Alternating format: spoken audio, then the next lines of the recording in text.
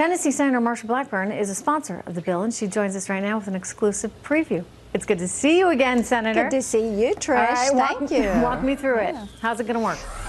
What we're saying is if you are an entity that is going to prohibit your local law enforcement from working with federal authorities, then we're going to say you don't need to get some of these grants that could come your direction.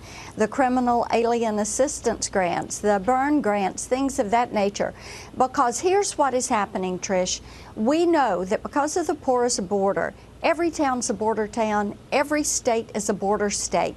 And we know that these cities that are sanctuary cities or a sanctuary state, what they are doing is encouraging those that are in the country illegally, those that are criminal, illegal aliens to come there. And it makes our population less safe.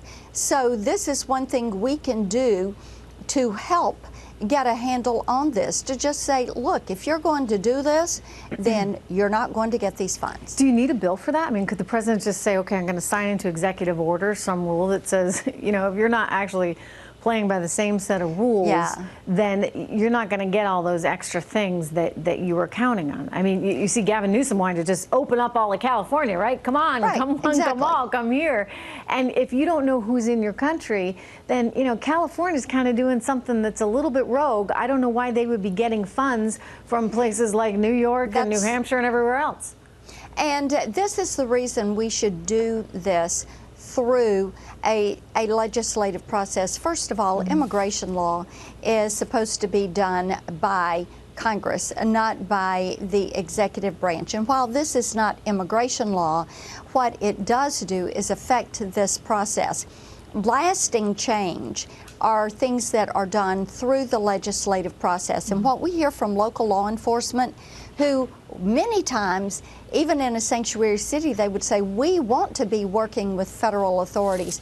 What they want is a permanent change, and they want clarification to make certain that things like the 287G program, which needs to be codified and put in statute, that is something that they know going forward from here on out they're going to have access to. They know what the rules of the roads are, and it's not going to change when an administration changes. I want to get to another topic. So switch gears here a little bit. The Department of Justice, Congress, they are going after big tech right now. Google, Facebook, Amazon, Apple. They're saying they've just gotten too big, or maybe that's the concern, right? That they need to investigate whether or not they have gotten too big, whether they have a monopoly on the space.